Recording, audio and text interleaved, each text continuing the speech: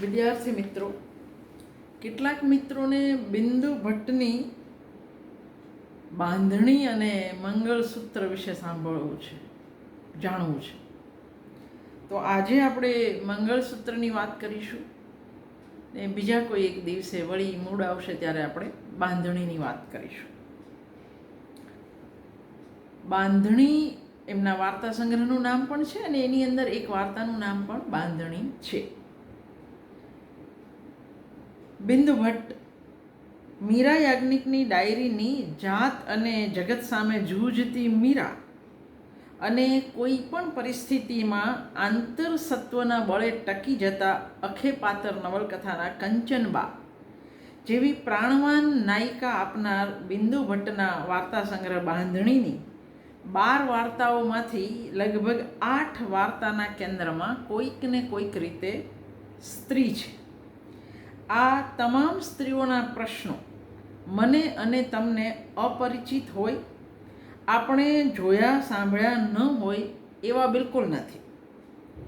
પરંતુ પોતાના પ્રશ્નો કે પરિસ્થિતિ સાથે જે રીતે આ વાર્તાઓની સ્ત્રી પનારો પાડે છે, એનો સામનો કરે છે, પોતીકી મર્યાદા પણ સ્વીકારે છે, જરૂર પડે પોતાની જાત સાથે પણ સંઘર્ષ આદરે છે, જાત તપાસ પણ કરે છે, તે બિંદુ ભટ્ટના સ્ત્રી પાત્રોને વિશિષ્ટ બનાવે છે. આ વાર્તાઓની સ્ત્રીઓના પ્રશ્નો પોતિકા છે, સરખા જરાય નથી. કારણ કે આમે આપણે ત્યાં સ્ત્રી અનંતવિધ પ્રશ્નો સાથે લઈને જ જન્મતી હોય છે. એ ભણેલી હોય કે અભણ, પરણેલી હોય કે કુંવારી, અમીર હોય કે ગરીબ, એની સાથે કોઈને કોઈ સમસ્યા તો હોવાની જ. બહારથી સુખી દેખાતી સ્ત્રી ક્યાંક જાત સાથે લડતી હશે. બહારની પરિસ્થિતિઓ સામે જીક ઝીલવા મથતી સ્ત્રીને તો આમેય ભાગ્યે જ જાત સાથે એકલા પડવાનું થતું હોય. અહીં આપણે 2 વાર્તાની વાત કરીશું, એક મંગળસૂત્ર, એક બાંધણી, અને જો મન થશે તો અભિનંદનની પણ વાત કરીશ. મંગળસૂત્ર વાર્તાની નાયિકા પુષ્પા ગંગા નદીના ખોળે ઉછરેલી, એવા વાતાવરણમાં ઉછરેલી કે સ્ત્રીઓ ઘરની બહાર પગ સુદ્ધા ન મૂકે એવી પુષ્પા પરણીને વરસના 11 મહિના કોરી ધાકોડ રહેતી સાબરમતીના કાંઠે રહેવા આવી. એક ખોલીમાં ત્યારે એને સમજાયું કે અહીં તો સ્ત્રી ઘર અને બહાર બધેય વીંઝણાની જેમ ફરી વળે છે. પોતાના ધણીના બદલાનું લડી લેતી ગુજરાતણોને જોઈ પુષ્પાનો પતિ હરપાલ કહે છે, અરે ઇનકા બસ ચલે તો ये तो अकेली ही बच्चा पैदा कर ले. પોતાની જાતને એનો પતિ હરપાલ ઠાકુર માનતો. ઠાકુરની અકડમાં કોઈ કામમાં એ ઠરીઠામ ન થતો. દીકરાની લાહીમાં 4 છોકરીઓની લંગાર ખડી કરી દીધી હરપાલે. પુષ્પાના મા બાપે આપેલું બધું જ ફનાફાતિયા કરી દીધું. પુષ્પા કંતાઈ ગયેલા શરીરે સહકારી વણાટ મંડળીમાં કામ કરે છે. હરપાલને પણ પોષે છે, દીકરીઓને પણ પોષે છે. છતાંય પુષ્પાને એટલો અધિકાર નથી કે એ પોતાની એકાદ દીકરીને પોતાની સાથે કામ પર લઈ જાય.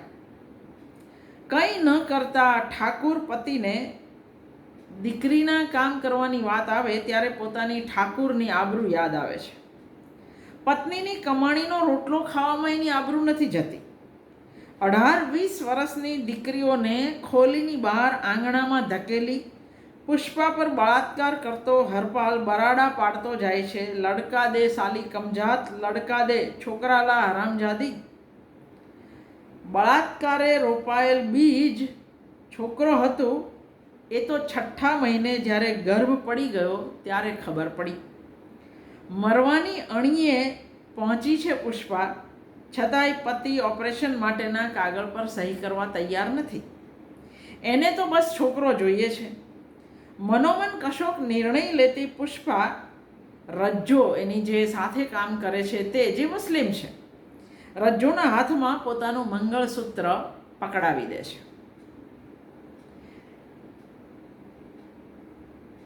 આ મંગળસૂત્રના પૈસાની લાંચ જો મુકાદમને આપે તો બદલામાં એની એક દીકરીને એની સાથે કામ કરવા મળી જાય.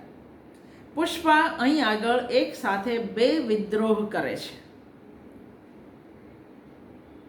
એક, પતિની ખોટી એંઠથી ડર્યા વગર દીકરીને કામ પર લઈ જવી, એ એક વિદ્રોહ. અને મંગળસૂત્ર વેચી નાખવું. આવો પતિ હોય કે ન હોય, શું ફરક પડે છે? એના નામનું મંગળસૂત્ર પહેરવા કરતાં એ મંગળસૂત્ર વેચીને ઘર ચલાવવું વધુ સારું, તે પુષ્પાને સમજાઈ ગયું છે. કુટુંબ માટે રોટલો રળવાનું કામ તો પુષ્પા વર્ષોથી કરતી હતી, પણ નિર્ણય લેવાની તાકાત આટલું બધું વેઠ્યું એના પછી આવી. રજ્જુના મોઢેથી આક્રોશ ઠલવાય છે પુષ્પા માટે. લડકા દે પણ કહાં સે દે, તું ही तो कमबख्त हर बार डाल देता है लड़की. વિજ્ઞાનનું સત્ય અહીં રજ્જોના મોઢે પ્રગટ થાય છે, કારણ કે દીકરી કે દીકરો એ સ્ત્રીના હાથમાં નથી. એની પાસે તો એક્સ ક્રોમોઝોમ જ છે. એક્સ અને વાય ક્રોમોઝોમ તો રંગસૂત્ર તો પતિ પાસે હોય છે. એનું રંગસૂત્ર નક્કી કરે છે દીકરી કે દીકરોએ. એટલે રજ્જો કહે છે, તું ही तो कमबख्त हर बार डाल देता है लड़की. છોકરીના જન્મ માટે પુરુષનું રંગસૂત્ર નિર્ણાયક બને છે એ સત્ય જાણવા છતાં બધો દોષ કાયમ સ્ત્રીના માથે જ કેમ હજુ આજે પણ? જરાક ઝીણી નજરે જો તમે વાર્તાને જોશો તો સાબરમતીના કાંઠે રહેનારા ગરીબોને એકમેકને મદદ કરવામાં ધર્મ વચ્ચે નથી આવ્યો. થોડાક વર્ષો પહેલાં આવું વાતાવરણ હતું. રજ્જો પુષ્પોના સંબંધ સારા. આપણો સામાજિક પોત આવું જ હતું, હળી મળીને રહેનાર, એકમેકના સુખ અને દુઃખ બંનેમાં ભાગીદારી. આ પોત સામાજિક ક્યારે ફાટી ગયું એની આપણને શરત પણ નથી રહી. આવી વાર્તાઓ આપણને યાદ દેવડાવે કે એક સમય હતો જ્યારે આપણે હળી મળીને રહેતા હતા. ઘણું બધું વેઠીને પોતાપણું મેળવતી પુષ્પા કોઈ સમાનતાથી જાગૃત બનીને વિદ્રોહ કરે છે એવું નહીં કહી શકાય. એની પરિસ્થિતિ એની પાસે આવો નિર્ણય લેવડાવે છે. એની પાસે કોઈ રસ્તો જ નથી આ 4 દીકરીઓને ઉછેરવા માટેનો. આ નિર્ણય, આ વિદ્રોહ પરિસ્થિતિમાંથી પેદા થયેલો વિદ્રોહ છે. આ કોઈ નારીવાદી વિદ્રોહ નથી, પણ ફરજ પડી છે. વાર્તામાં અમુક જગ્યાએ ભાષા ગમી જાય એવી સર્જનાત્મક બની છે. દાખલા તરીકે, મન હિરવણાની જેમ ગઈકાલ અને આજના સૂતર છૂટા પાડતું હતું, અથવા ટપ ટપ ટપકતા લાલ અને સફેદ રંગના તાણાવાણા એની નસોમાં ગૂંથાતા હતા. તો સર્જનાત્મકતાની દ્રષ્ટિએ પણ આ વાર્તા તમને આકર્ષે એવી છે. અને સ્ત્રી હોવાને કારણે પુષ્પાએ આ બધું વેઠવું પડે છે, પણ એનો વિદ્રોહ પરિસ્થિતિમાંથી જન્મેલો છે. આ જાગૃત નારીનો વિદ્રોહ નથી, પણ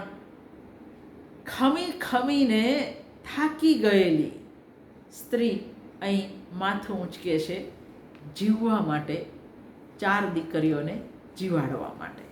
અને એના માટે મંગળસૂત્ર વેચવું પડે તો એ વેચવા તૈયાર છે.